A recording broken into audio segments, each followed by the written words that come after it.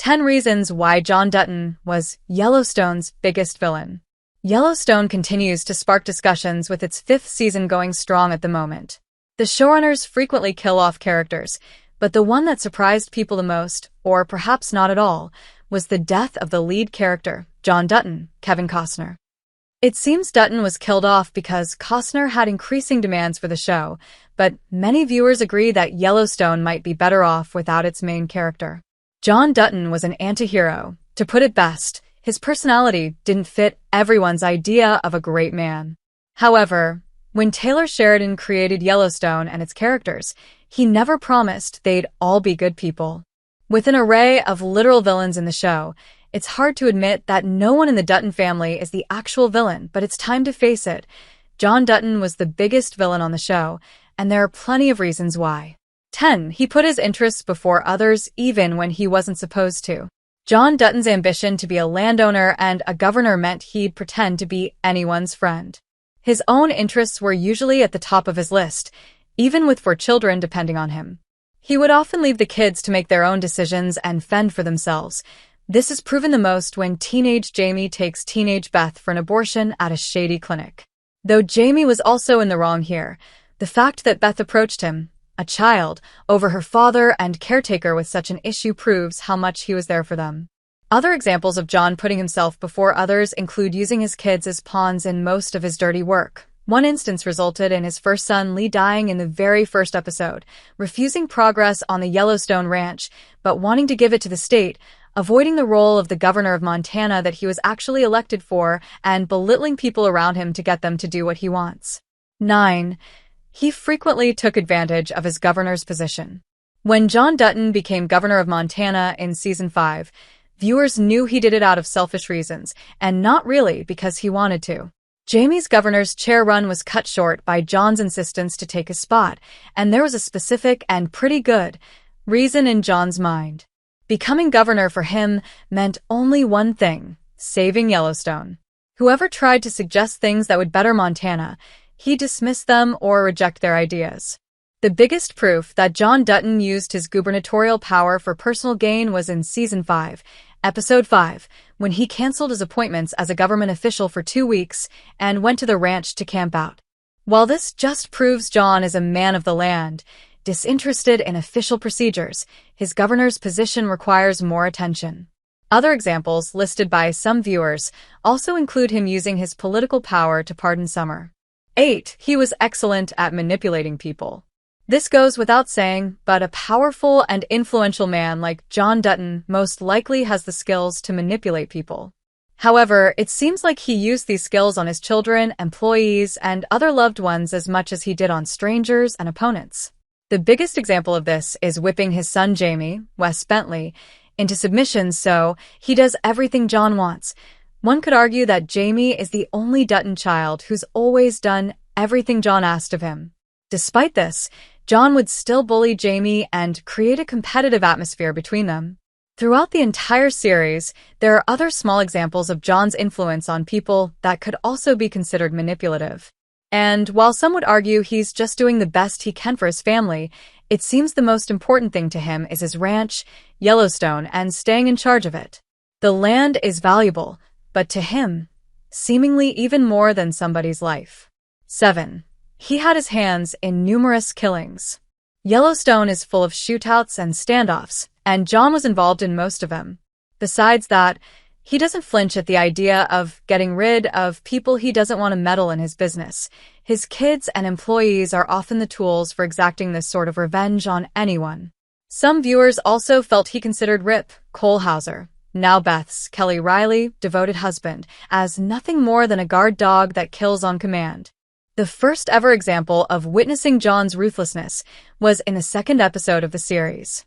In the first episode, his son Lee and daughter-in-law Monica's brother die, but it seems they went at each other. John covers up the traces that would imply his second son case in foul play by ordering Rip to ruthlessly kill a medical examiner who might talk about the causes of Lee's death. This may be an instance someone might find defendable, but murder rarely is. If saving his land means ending lives, that could make anyone wonder what sort of ranch he's really running. 6.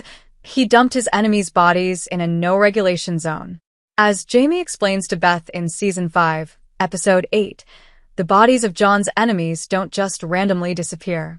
Instead, they are taken to the train station, a metaphor for dumping dead bodies into a zone of death.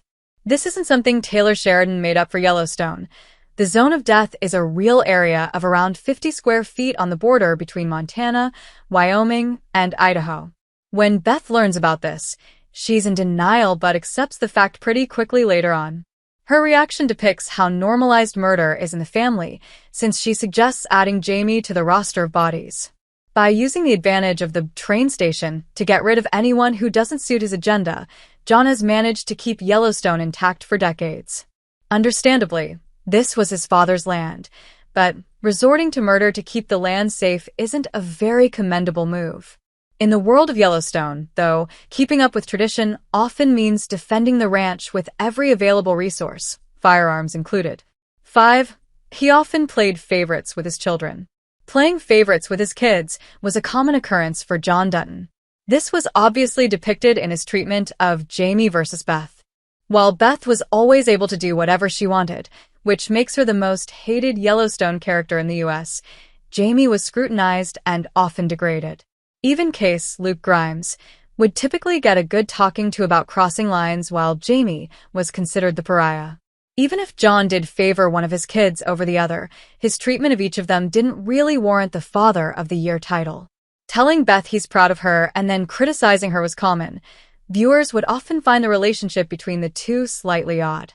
Although Beth might be aggressive and unruly because of her strained relationship with her mother, their similarities may also be what John appreciates in her.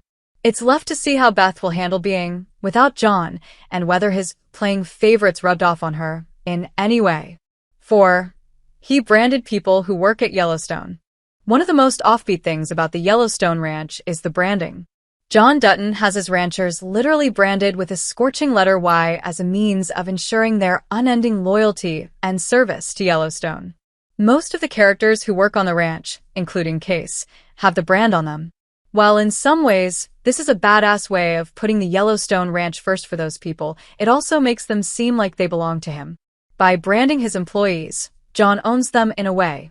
Although they enjoy great levels of respect on the ranch, their position should be known without being subjected to a painful initiation. His way of earning loyalty feels like nothing more than plain power play, which is most evident when John brands his son, Case, when he disobeys him. It seems this is a practice on some real-life ranches, and employees likely agree to it, but branding, historically, are only done on cattle and slaves. This could have such connotations, though it's obvious it's a loyalty trick.